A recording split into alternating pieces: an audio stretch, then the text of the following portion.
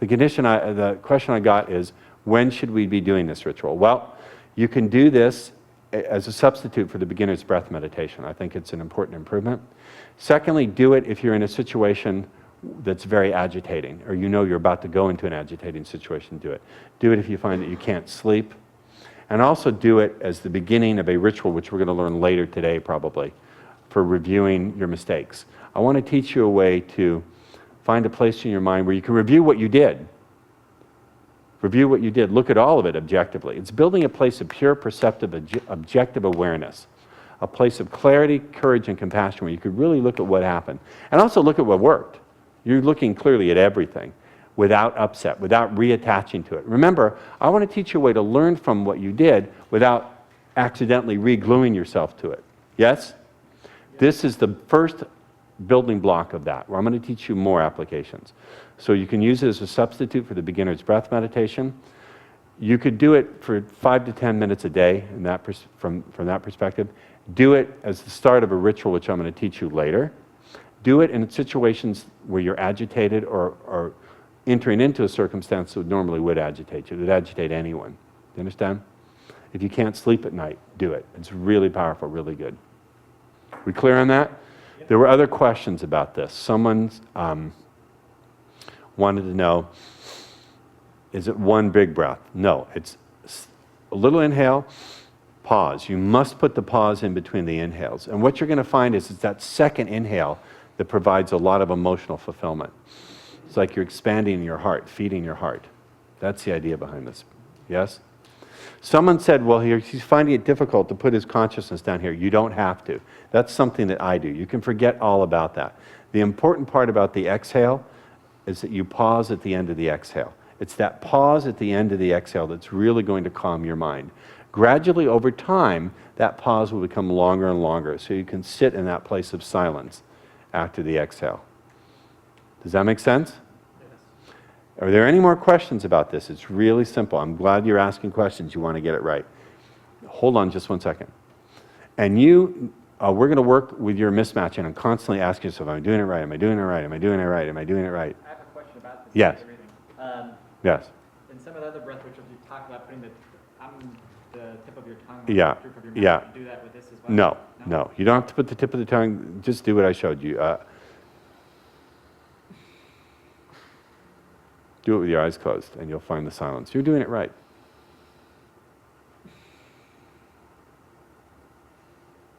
Okay? You got it. Gradually what will happen is that pause at the end of the exhale will increase in length. You don't want to force it. This is not heroic. You want to do things naturally, easily. The more you can do things easily, naturally, with the least amount of effort, the better you're going to do. You understand? The parasitic activities are constantly checking your mind. Am I doing it right? Am I doing it right? This breath will turn that off. Think of what that will mean for you. That'll be a huge piece, because you've been making yourself stupid. It's hard to learn if you're constantly talking to yourself while the teacher's trying to, you understand? Yeah. It's hard to read people if you're constantly chattering in your own mind. It ruins your intuition. This is going to be profound for you. I want you to do this every day through the week. It'll be, by the end of the week, you're going to go, oh, where did that go? It'll be huge for you. This is a parasitic program. How many people here do software? Okay? This is like a virus, a parasitic virus attached to his consciousness. It probably came from an environment where he was under a lot of stress to perform. So he developed that voice. At the time, that voice served you like, I better do it right or I'm going to get punished. So am I doing it right? Do you understand? Did you grow up in an environment where you're punished for mistakes? Yeah. You're no longer in that environment, but you've been carrying those people around in that parasitic program with you for how many years? I just barely moved out of my own. Exactly. So as you drop that, it'll free up a tremendous amount of energy for learning for you. This piece alone is huge for you. I also have a feeling you're going to get a hell of a lot from Shirley. Have you seen Shirlene before? No. Okay. You're going to fall in love with Shirlene. She's going to have a problem with you, but that's all right. All right, we good? Are we learning? Everybody stand up. Turn to your neighbor. Shake your neighbor's hand. Say, fuck off and die, neighbor. I hate these force rituals. Eat shit and die, neighbor. Sit down. I always hate that. Like, when you go into, sit down. Like, all right, give your neighbor a hug. I don't want to touch that smelly motherfucker. Besides, he's got a heart on. You know, what the hell is that? We're not children, okay? We don't wear name tags in my seminar. I don't make you, hug your neighbor, give each other a back rub because it's gay, and, what the fuck is that? All right. This is the start of beginning that pure, unconditioned, clear state of awareness. So you can begin to look at things without reattaching to them. And that significantly begins to shorten your learning curve and make things a lot easier. And then all the positive programming that you do, which I want you to do, which we'll be teaching you to do very effectively, you're not fighting yourself anymore. You're not doing the mental equivalent of isometrics where one is pulling against the other or pushing against the other. You're now lined up and moving in the same direction. You're enjoying this, yes? Something clicked in for you. I watched you go, what happened for you just internally? You were getting some kind of understanding. What? Since you called me on it, it all evaporates. Oh, sorry. I'll let you have it. Sorry about that. Did I evaporate it? I'm sorry. I just noticed when lights are turning on in the room. It's very good. Now,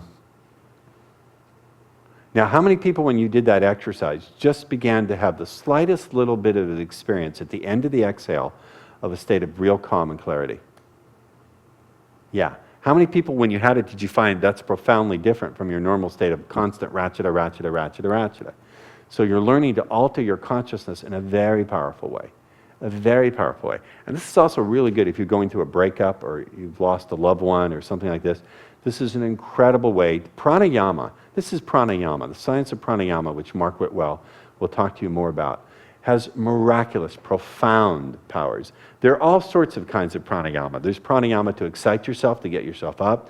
There's pranayama to calm yourself, pranayama to detach, pranayama to link.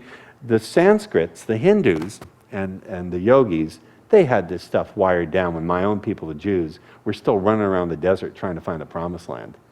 I mean, when I first got into this stuff and I saw the power of it, I'll just share with you what the hell. It really bothered me. I talked to a friend of mine who's an Orthodox rabbi. I said, Rabbi, I'm really disturbed. He said, I know that, but I like you anyway. I said, no, that's not what I mean. I mean, I've been studying this yoga stuff, and these guys, these pagans, as you would call them, had an incredible understanding of human consciousness. He said, what do you mean? And I explained to him. He said, wow. I said, if we're the chosen people, why did God give all this stuff to them? And they're worshiping idols and all that stuff. He says, well, God gives his gifts to whoever he wants. And we got the Torah and they got that. Now, when are you giving a donation? I'm like, okay. So I want you to see these are practical tools. This is not, I get slammed all the time by the idiots out there in idiot land about, well, what are you going to teach? Breathing and chakras and beliefs? And, yeah, idiot, because it works. It's profoundly powerful. Now, this gets to another point. Let me make another point. And this is in your notes. It's one of the axioms that you can review later. I want to deal with it right here. Learning to deal with the unfamiliar, learning to deal with things that are not familiar to you is a very useful skill. Let's have a hand for Dr. Yates tonight. I have some supplements for you too. I have Immune Boost and some other stuff for you, so we'll get it to you. Senor Cataro, he's cute. By the way, beautiful choice of hotel. Thank you, Yates. This is a very nice place. I like this place a lot. Thank you. And I actually like this. I like Puerto Vallarta better than Cancun. It seems cleaner and just nicer overall. I like it. I like it. It's a different kind of city. Yeah, it is. In the sense that there's rivers running down out of the jungle, whereas Cancun, there's... Yeah. Plus, Cancun has been smashed by El Huracano. So this notion, this is another magical ability. One of the abilities I want to talk about is the ability to embrace the unfamiliar, to do that which is unfamiliar and maybe even uncomfortable. Because for many of you very left-brain guys who've been trying to digitally, through internal dialogue, find a solution to the problems of your life, it really hasn't worked, has it? Not to say that internal dialogue doesn't have a purpose, it does, but the whole notion of doing breathing and creating symbols and doing ritual, would that have even occurred to you as a way out? Would it? It's completely unfamiliar. It's the unfamiliar. Listen, this is a very powerful idea. What I'm going to do throughout the week is give you principles, drill, principle, drill. We're going to keep building drill, idea, drill, idea, drill, idea. All right? This is really powerful. Please get this. And it's very powerful for you who are persuaders, seducers, sellers, persuaders. Please get this principle. Brains may notice and be attracted to the unfamiliar. By the way, there's a mistake in your notes. If you look at the notes, go to page 2, item number 6. We need to correct something. See where it says the challenge of the familiar?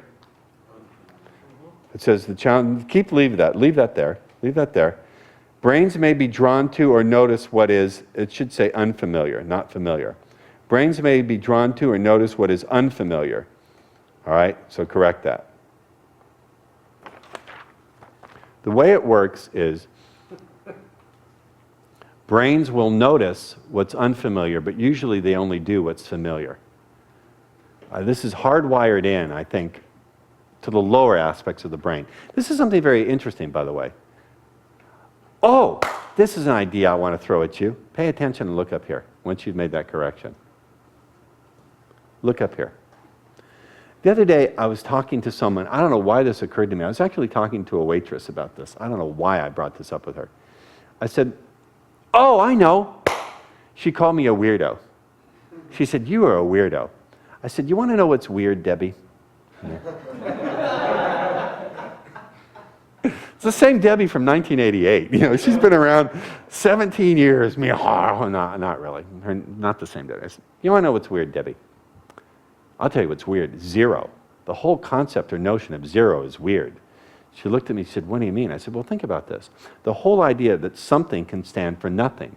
The idea of zero, that you can have a placeholder that stands for nothing being there, is what makes mathematics possible. It's what makes accounting possible, what makes money possible. The idea of zero, somewhere, someone along the line had to think of, something happened in their mind. A circuit turned on, they thought, wait a minute. 1, 2, 3, 4, 5, 6, 7, 8, 9. Where do we go after 9? We'll put something there and put a new 1, 2, 3, 4, 5. Wow! Everything opened up from there. Think about that. Think of the idea of zero. There are civilizations that never came up with it. Zero makes accounting possible, it makes money possible, it makes mathematics possible. Someone had to think of it. It's an abstract notion, correct? Once someone had the idea, everyone's consciousness changed and they could never go back to not understanding zero. It became part of the popular culture. It became part of technology, correct? I said, that's weird. You know what else is weird, Debbie? She said, what? I said, the alphabet. Why does B come after A? Why don't we put Z after A or X after A? The whole idea that you can put letters in a certain order, wow, that made language possible and communicate. Someone had to come up with that idea. We had all these sounds running around. Someone said, wait a minute. I mean, because in natural speech, the B doesn't necessarily come before A. You can have a B after an A, right? Cab, the word cab, B comes after A. So what's this whole idea of an alphabet? Things going in an order. That changed human consciousness forever. And every culture has an alphabet of one form or the other, right? So before that happened, before someone discovered the alphabet or the letter zero, those circuits were there in the brain, waiting to be turned on. I'm trying to tell you there are other circuits that have yet to be turned on for human abilities and human concepts that no one's had yet. But we're hardwired, ready for those. We have tons of wiring that's never even been touched, never even come close to touching it, for concepts that you and I don't even know we don't know. Do you understand? But once we know them, we can never go back. We can never go back. I said, so when I think of weird, Debbie, I think of things that permanently change consciousness for the better forever. So when you call me weird, I think it's an incredible compliment. Now come over here and suck my dick. Think about that. Think about that. I'm trying to say to you guys, wherever you're at in your life, the human brain is I think, hardwired for perpetual evolution upward. It's just we haven't gotten there. And often what happens, too often we get pushed down into the limbic brain, the fight or flight stuff. So this breath, what this breath is also doing, it's deactivating the limbic fight or flight circuits, and it's activating all those potential circuits for ideas that we don't even know we don't know. Do you understand? This is the equivalent of giving you zero and giving you the alphabet. By the way, the Mayan culture, they understood zero. They understood astronomy too. They could plot the position of the stars, the phases of the moon. But you know what? They never invented the wheel. The Mayans missed that one. I'm trying to tell you, we're meant for something incredible because all that wiring is there. All that wiring is there. And these are the practices that enable that wiring to be put to use. So think in terms of what is a discovery about yourself this week that will transform your consciousness to the point where you can never go back to the way you were. Your zero, your alphabet, your counting, your wheel. Think about that. Personal technology. Personal technology. And this breath, whether you know it or not, is a huge piece of it. I just handed you the wheel. I just handed you the alphabet. I just handed you the concept of zero. Think of the idea of money. I'm going to give you one more. If you don't think the ideas transform civilization forever, the idea of money, the idea that something can stand for something else so you don't have to barter, so that when you take the cab ride, you don't have to hand him a chicken or a blowjob or a goat or your daughter. You can give him something that symbolically represents value. No, I'm not going to cut it up and do that. Think about that, though. Think about the whole notion of money. What it enables people to do. It's a concept. There are people who never came up with it. They still barter. It's a concept. It's something can stand for value. Why is it possible to come up with money? Because the human brain works on symbols anyway. The human brain works on, this is not money. It's a representation of money. It is money, but it's a representation of value. It's a symbolic, it's a piece of paper with numbers on it and pictures that people accept because an authority says to accept it. You understand? You symbolically are always doing this all the time anyway. For those of you who are having trouble with women, it's just you've attached symbolic value that doesn't serve you. For you, women represent the judgment on your value as a human being. Because of that, it's a difficult trade to make. So you need to change the symbolic value. Once you change the symbolic value, everything else will fall into line. Does that make sense? No? Yes? Yeah. Kind of, sort of? Okay, how am I going to deal with you? I'm on a roll here, because these ideas excite me. These ideas really excite me. All right, so this notion of, what were we talking about? Do you remember? Embracing the unfamiliar. The ability to embrace what's unfamiliar is extremely powerful. Now, there's two ways you can do that. Through proper mental rehearsal, you can take something and make it more familiar mentally, so it seems familiar by the time you get there. Or you can just learn to create a place where you accept the unfamiliar, that it's okay. You attach a different meaning to the unfamiliar. The more, and here's the rule, and for you persuaders at home, now that I made that detour into the history of zeros and money and language. By the way, if you want to understand more about that, pick up a novel called Snow Crash by Neil Stevenson, where he talks about how knowledge spreads. Okay. It's a novel, science fiction novel. Snow Crash, S-N-O-W-C-R-A-S-H.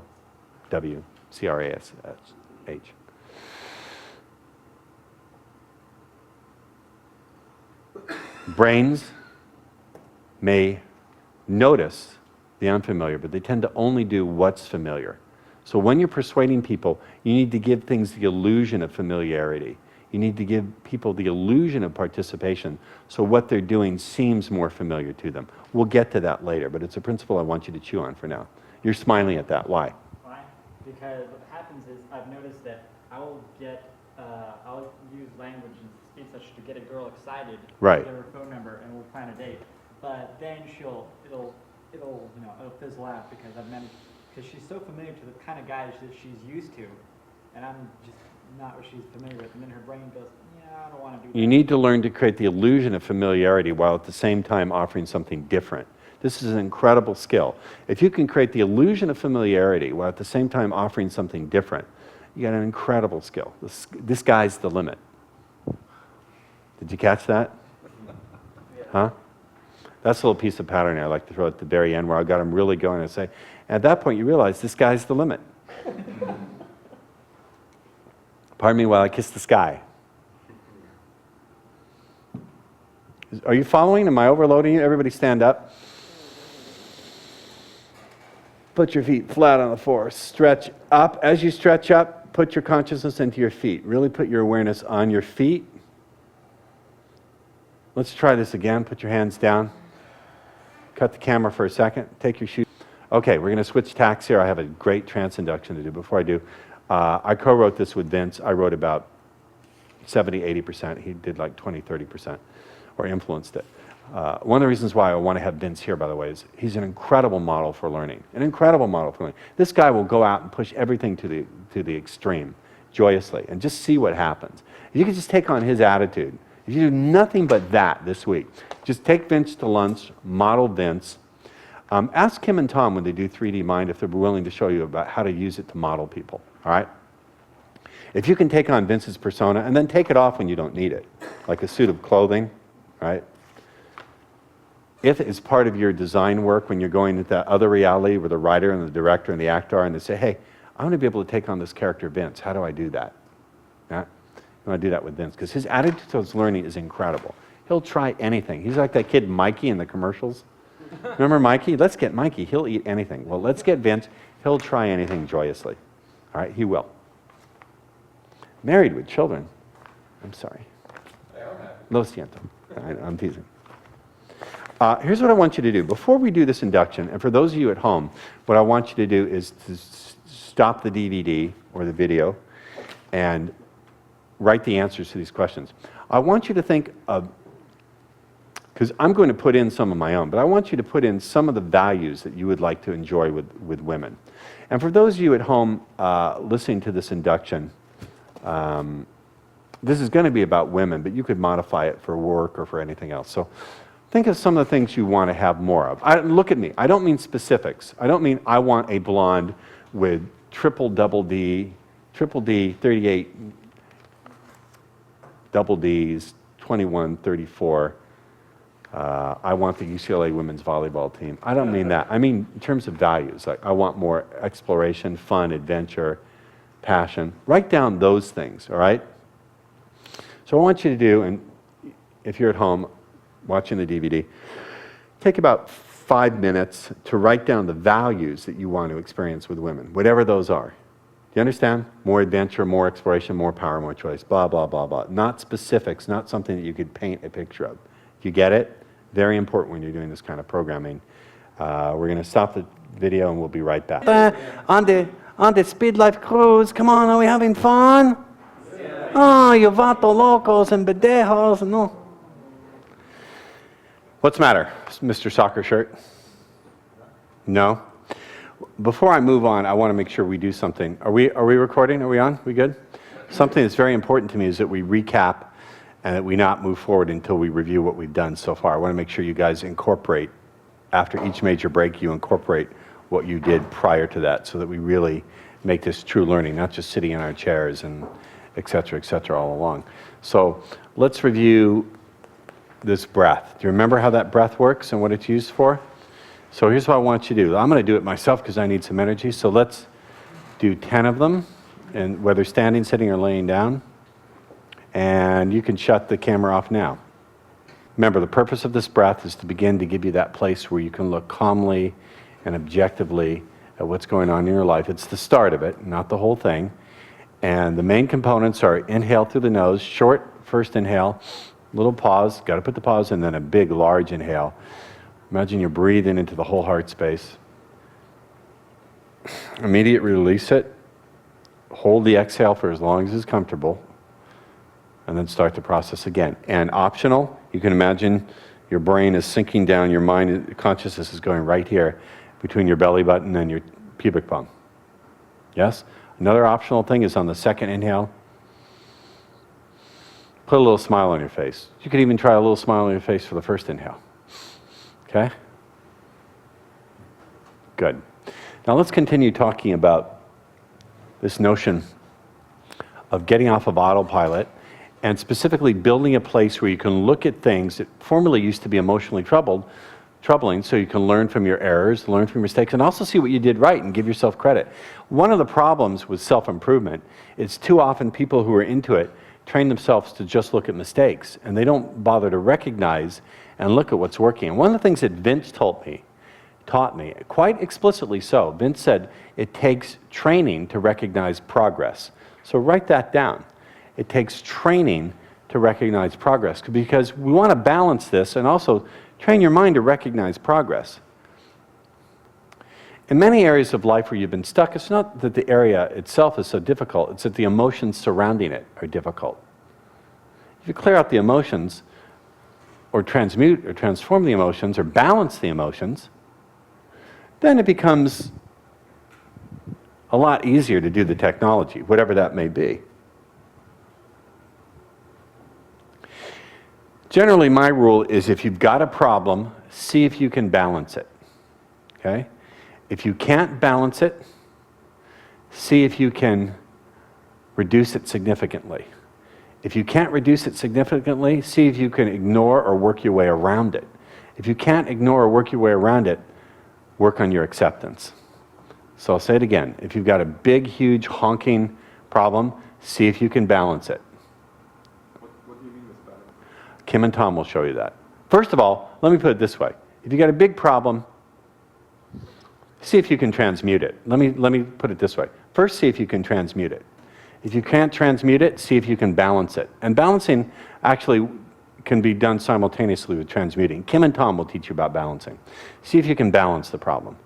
If you can't balance it, see if you can minimize it.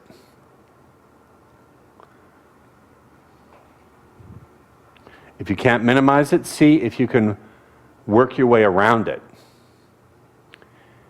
And if you can't work your way around it, see if you can accept it. Work on accepting it. The old story is, what you resist persists. There's an old story. It's amazing. I still get compliments on the story I told on the basic home study course, which you all should get if you don't have it. I tell the story about the monkey that was running around causing a lot of trouble in the village. So what they did to catch the monkey is they took some of his favorite treats and sweets and they put it in a hole in the tree. So the monkey reached in his hand to get the treats, but then when he made a fist, he couldn't pull the hand out. The hole was wide enough to accommodate his open hand, but once he made a fist, he couldn't pull it out. And they were coming with a machete to chop off his head, and the monkey just wouldn't let go. He just couldn't open his hand and let go, and so they chopped his head off. It had monkey stew. So the moral of the story is, what you resist persists. What you can let go of, you can begin to gain power over. Yes. Question. This is great stuff. When I'm doing software design, Yeah. sometimes, actually it's not so much design, but after you got something out in production and you're working with it, there are occasions where problems arise, and they're difficult to duplicate, and the information is difficult to gain from it. One of the tactics that we use is to accelerate the problem and to make it, to actually try and create conditions for it to happen a whole lot. When I say a problem, I mean a strong emotional response or that doesn't serve you, or a strongly limiting belief that doesn't serve you. But I would certainly encourage you, one way to make rapid progress is go out and make more mistakes. Too many of you try some speed seduction, analyze what you did for 3 weeks, and then go and try out again. You know, by all means, go out and make as many mistakes as you can as soon as possible. There's a lot of stuff I tried that I never teach because it didn't work. I'm getting better at it now, you know, over years of seeing what works and what doesn't. Yes? Thank you for that little bit of insight, though. That's interesting. So, this notion of creating this ability. See, I believe this is in our notes, and this is a time when we actually can go through our notes. So let's see here. I think this is important to talk about. I don't normally teach from notes, but I'm going to do it. Turn to page 5.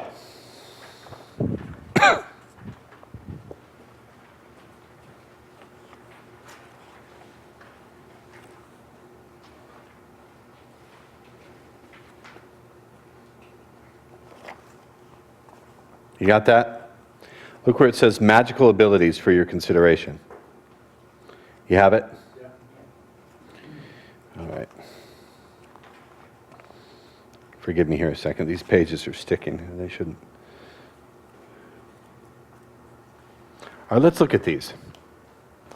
Number one, the ability to see what you are really doing in an important area of your life with clarity and compassion and to correct mistakes without fear, rancor, or blame. Number two, the ability to embrace the unfamiliar and unknown as exciting and new rather than something to be feared. Yes? Yeah. Number three, the ability to keep your vision strong and independent of the environment for support, yet being open enough to the environment to receive proper feedback and information. This goes to creating, look up here just for a second, this goes to creating a motivation strategy that doesn't depend on you having a good day. Do you understand? You want to be able to have a vision that doesn't require, that doesn't, listen to what I said, doesn't require, doesn't need external validation to keep going. Yes? But on the other hand, you want to be open to your external environment so you can learn from it and correct your mistakes. Yes? And also contribute to it. The problem with the sociopath is they have a vision, or a psychopath like Hitler, he had a clear vision of where he wanted to go. He didn't care about his environment, and he didn't listen to feedback from his generals either. His generals told him, don't attack Russia. We can't win. He didn't listen, right? And he cut off all feedback. He made it, if you told him things he didn't want to hear, what happened to you? You were killed, okay? That's how tyrants work. The difference between a tyrant and an emperor is this. If a tyrant and an emperor both walk into the room, they're both going to walk into the room like they're used to being obeyed, correct? They're going to walk into the room with great power. The tyrant rules through fear. The emperor, people respect the emperor, and the emperor also knows how to give from his generosity, and the emperor will listen to feedback. The tyrant doesn't listen. The tyrant punishes feedback that doesn't please the tyrant. And because of that, that's why tyrants always fall. Tyrants suffer from information disease, the information disease of punishing feedback that they don't want to hear, so they don't have clarity. They have a strong vision, but they don't have any clarity because they have no feedback from the environment. Yes? Number four, the ability to see where others are at without having to go there for yourself and having to accept their agenda. Number five, the ability and practice of using breath, symbology, movement, sound, ritual to program in how you would like to be, what and who you would like to draw, and then letting it go. Yes? What do you mean by that, letting it go? You mean Means- releasing the intention? Yeah, you don't constantly think about it. Okay. Okay? Very important, very powerful. The other abilities I would add in are the ability to establish your authority in the world of other people. That's part and parcel of seeing where other people are at, actually. But establishing your authority in other people's world, very important. Remember what I said about the authority principle? People will not accept that you're an authority on where they should go unless they first accept you're an authority on where they are. Does everyone get that idea? Yes, very powerful, very important. These are the kind of skills we're going to be working on here this week, all week. Okay? So let's start talking more about this idea of building a place of clarity and compassion where you can look and review areas of your life that used to be, or up until now, have been emotionally troubling. Yes? Or challenging. Yes. This is very powerful, very important. Now, this is a key idea about changing people. If you're at home watching this, and you do change work, you're a hypnotist, a therapist, you do ritual magic, whether you do it on yourself or with other people, you're interested in changing family members, very powerful, very important principle. Here we go. Okay? If all you want to do is make a small little change, like here's where you are and here's where you want to be, and it's just a little tiny gap, look up here and get the transmission. Don't write. Get the transmission. I have an assignment for you. You need to write much bigger. Write bigger and your thoughts will be bigger. Get a much bigger book to write in. All right? I'm serious. Write bigger and your vision will be bigger. If you only want to make a tiny little jump, then all you need is probably a little cognitive left brain understanding. You just need a few examples of what to do differently and just some left brain understanding. But if you want to make a big leap, right? If you're over here, for example, and you've been dating your hand, and you want to be balling the entire UCLA women's volleyball team, okay, you need a lot more. It's not now, cognitive left brain understanding is necessary, but it's not sufficient. It's like one level of that cracking process of the oil. You also need to be able to take new beliefs and take those beliefs and convert them into symbology, so it gets into your right brain. So your right brain symbolically understands it. You need to know how to use your breath to empower those beliefs. Yes? You need to know how to incorporate your body's physiology to make those beliefs real. Now, you've heard of Milton Erickson, yes? One of the sneaky things that Erickson did, that most people don't realize he did, is when he would be working with a client, he would take them forward into a future where they no longer had the problem. But one of the things he would make sure that the client was doing is that the client was in a different physiology, that the client was breathing and in the muscle tone of that future where they're already successful or they're past the problem. And then what Erickson would do is covertly anchor that physiology to things in the person's environment, like going to the zoo and looking at the animals, so that the person would continue to hold that successful physiology consistent and steady until their future caught up with them. He was doing some very covert things with physiology as well as just with words. Do you understand? So that's why part of the reason why we're teaching you this breath and holding your posture and all that. It's anchoring in a physiology that serves you. So if you want to make really big leaps, you need breath, symbology, ritual, movement. You need all these things to really make sure it locks in. And you need repetition and practice. Many of you are expecting to be hit by some kind of lightning bolt. And you'll be hit by some lightning bolts this week. You may have been hit by some already, by me. And I don't want you to rely on that. Mark Whitwell taught me, stop looking for the big, huge, glamorous change. Do a daily practice. Stop looking for the glamorous. Go for the ordinary. There's great power in consistency rather than looking for something heroic and glamorous. Now, don't get me wrong. I believe in the heroic and the glamorous as a tool to manipulate the beliefs of other people, because people are attracted to the heroic or the glamorous. That doesn't mean that's the world that I'm actually going to live in when I create my own change for myself. Occasionally, there will be room for the heroic in your life. Occasionally. Some people could say, well, what you're doing with speed seduction, going against the norm, is heroic. And the truth of the matter is, I'm just doing it because I believe in it and I like pissing people off. I'm totally serious. I'm completely serious. If people weren't pissed off or angered by what I'm doing, I would get bored with it. So what I want you guys to get is, rather than hoping for some miraculous transformation, which you'll get it. Do the practices, even though they may not seem glamorous. They can be fun without being glamorous. Does this make sense? I want you to write this down. Stop looking for the glamorous and the heroic.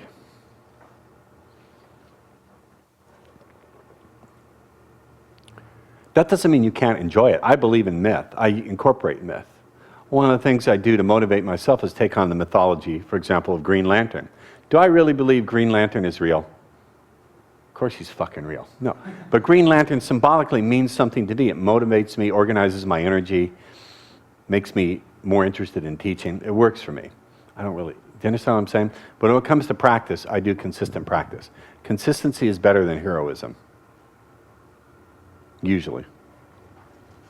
The only time I want you to think in terms of heroics is if the entire UCLA women's volleyball team wants to choke the life out of you with their thighs. That's a heroic effort. I'm going to get sued by them for something, but I don't know what. Yes, sir. What's the rest of that? Stop looking for the glamorous and the heroic. And focus on practice. Mark Whitwell puts it like this. When you take a shower, you don't take a heroic super shower once a week. Although some of you need a heroic super shower right now. I won't point anyone out. So instead, look for practice. I honestly mean this. As far as possible, I try to do a little practice every day. Does that make sense? These principles are important to power what I'm about to show you next. So let's get to it. So I want to talk about the beliefs that enable you to learn even in the most difficult situations, even in the most emotionally challenging areas of life. Now, for those of you at home who have some of my other products, you will see these beliefs on there, but I've refined them somewhat, and I also believe that repetition is the mother of skill. So I'm going to go through them again. Some of you don't have these, some of you do. These are extremely powerful. So first we're going to go through them as cognitive left brain understandings. Then we're going to teach you a ritual to make them real for you. So they become the filters through which you begin to look out at through the world. You look out through at the world. Fair enough? Once you get these, this is the equivalent, again, of giving you the zero and the alphabet, fire, the wheel. These are things that once you get these ideas, you can never go back to not having them. They're true transformers of consciousness. That's art, man, right there. Here, I'm going to auction this off at the end of the week.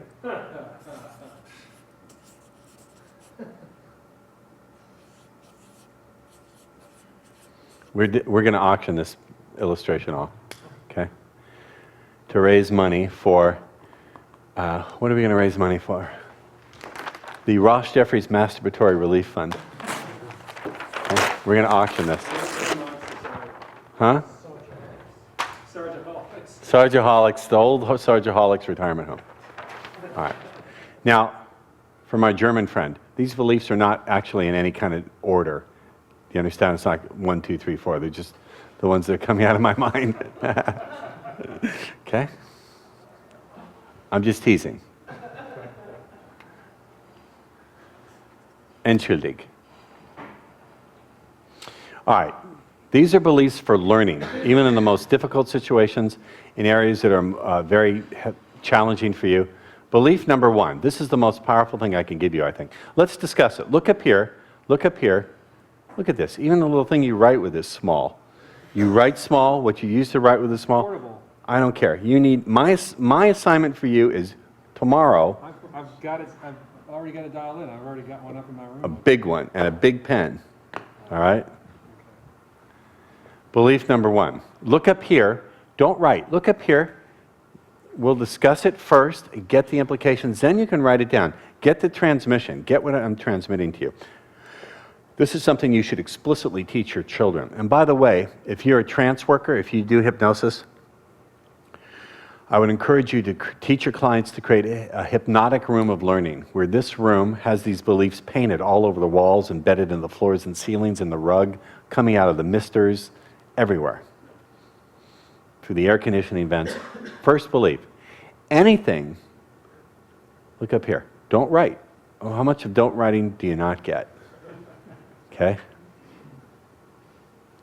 Right now, with that look on your face, you look like Fred Flintstone trying to squeeze out of shit. You should see that look. Look at me. Look up here. Get the transmission. Anything seemingly painful or negative that comes up isn't coming up as a sign that you're about to fail, you're about to lose. Anything seemingly negative or painful that comes up is only coming up to be handled, healed, learned from, released, transformed, transmuted, and refined as pure energy for the achievement of your vision, who you're already every day more and more becoming. So I'll say it again. Anything, don't write yet, anything seemingly negative or painful, any negative waves of emotion, any doubts, fears, anything that comes up like that is only coming up to be handled, healed, learned from, released, purified, transmuted, recycled, refined into pure energy for the achievement of your vision of who you're already every day more and more becoming. Now think about that. If you went into a situation that used to produce fear or pain, but you really had this belief, what would that do? What would it do to your willingness and to actually go out and explore things that used to scare the crap out of you? Now, I have to tell you this, working on these beliefs, you have to keep installing them, working on it. Sooner or later, they begin to take over and transform everything. And what happens? I'm going to tell you what happens. When you get this belief down, here's what's going to happen. Remember I talked about these 2 levels? The cause and effect level and the non-local level? Remember? Yes? Yes or no? I need your feedback. What happens is this sort of works like a field. It doesn't work like you push the button and the candy bar comes out. There can be a delay. Or instead of a Reese's Pieces coming out, it may drop a whole birthday cake. Do you understand? It works as a field. What happens is when you begin to change your beliefs, when you begin to, remember I said beliefs are like allow traffic across these, belief, symbology, energy, breath. What happens is this starts to shift and change. And when this starts to shift and change, guess what? This really starts to shift and change. Suddenly, you're going to start drawing people to you who are really attracted to your vibe. Your vibration is going to change everywhere, up here and down here. What Shirlene calls your field is going to shift. And suddenly, people are going to find themselves attracted to you, and they won't know why. Don't tell them. Do you understand? The more you shift your beliefs and really start to believe like this, all sorts of things will happen to you that never happened before. You're smiling and laughing. Why? Well, because this is so, this is what I've been looking for through my study of magic and belief systems and whatnot. A model like this. Yeah, this model works. I'm telling you, this is what happens. So, this first belief, I want you to really think about the implications of it. Anything painful, scary, negative that comes up isn't coming up as a sign of, uh-oh, I'm about to lose again, what's the use? Or I'm just going to fuck it. It's coming up to be handled, healed, learned from, released, refined, purified, transmuted into pure energy for the achievement of your vision of who you're already every day more and more becoming. So it's not that you have to start from scratch every time you fuck up. That's really a burden. If you have to start over from the very beginning, every time things don't go your way, you're hypnotically erasing all your progress. That's a second way that people slide back down the learning curve. The first way they slide back down the learning curve is they're stuck on their mistakes, so they keep repeating them. The second way is if something doesn't work out, they have very unsupported beliefs, so they erase every memory of any aspect of what worked, and they go right back to the beginning. Well, yeah, that's fucking stupid, too. And again, I give credit to Vince. Vince said to me, no. He said, you always start, he said, incorporate this. You always start at the very least, from the very best you've done so far or better. So that way you don't have to start again from the beginning. Do you understand? Yeah. So this is fixing that second thing. So if you really had this belief strongly, then what's going to happen? If you go into a situation and things don't work out, instead of sliding backwards, if you feel any kind of pain, you go, oh, well, that's just coming up not as a sign that I'm a loser or I'm doomed to fail. It's coming up because it wants to be handled, healed, learned from, released. And the other aspect of this is it may have information for you. It may have some information for you that it wants to give you. Sometimes it doesn't. Yes? So, let's go through the belief word for word now. All right?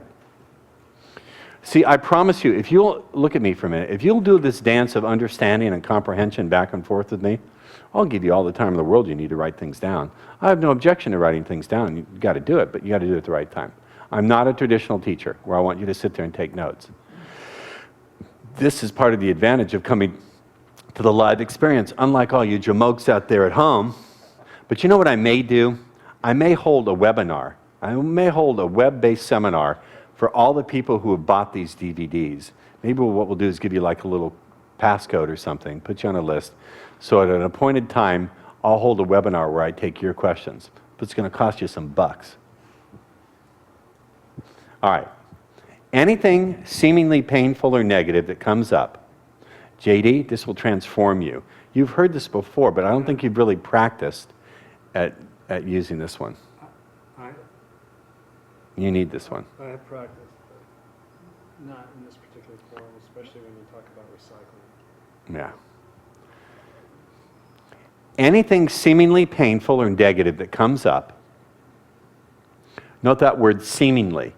For those of you at home, here's a little bit of weasel language. If you add in the word seems, if someone says, you don't like me, when you add in the word, so it seems like I don't like you, seems sort of is a way of loosening the frame. It really is saying, well, it appears that way, implying that maybe it's not true. Yes? Yes. By the way, has anyone been reading my newsletters on handling boyfriends? Yeah, that was great. I've coming up with some great ones, man. This is just crushing that objection right out of existence. I'm going to do some advanced boyfriend destroying just as a segment one evening. Because you guys want it, right? Yeah. Anything seemingly negative or painful that comes up, is only coming up,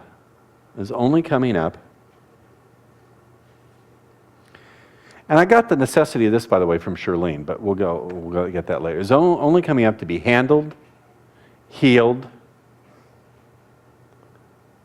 learned from. I would explicitly teach this to my children if I had children. I've tried teaching it to my cats, but they just pee on my shoes and wreck the furniture. Handled, healed, learned from, released, refined,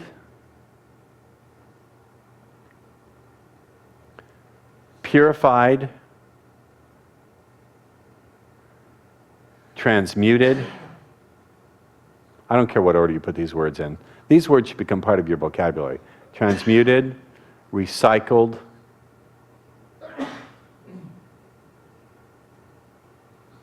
I would even create flashcards for these words. Balanced. Create flashcards for these words that you go through, for all these words. Transmuted, transformed, recycled, refined, purified. You get did I say balanced?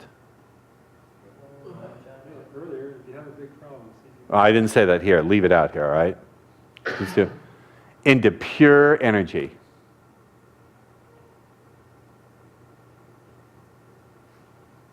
Into pure energy.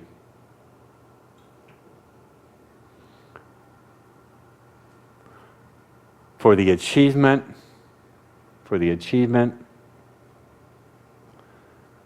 of the vision.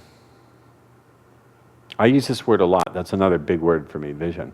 For the achievement of the vision of whom you are already every day more and more becoming. Now, really incorporating this belief is going to begin to powerfully transform and change that vibe on the non-local level, and things will start flowing. Let me point something out.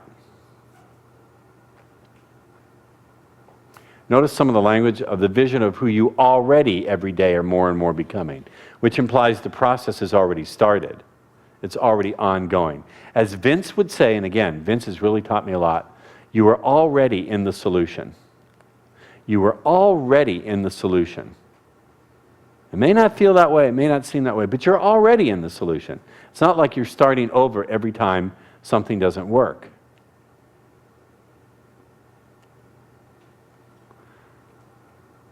Does that make sense? yes. This is extremely powerful. And the little corollary that goes along with it, the little sub-belief that goes along with it is, it's more like a statement of intent. I always start, or you always start, just put you always start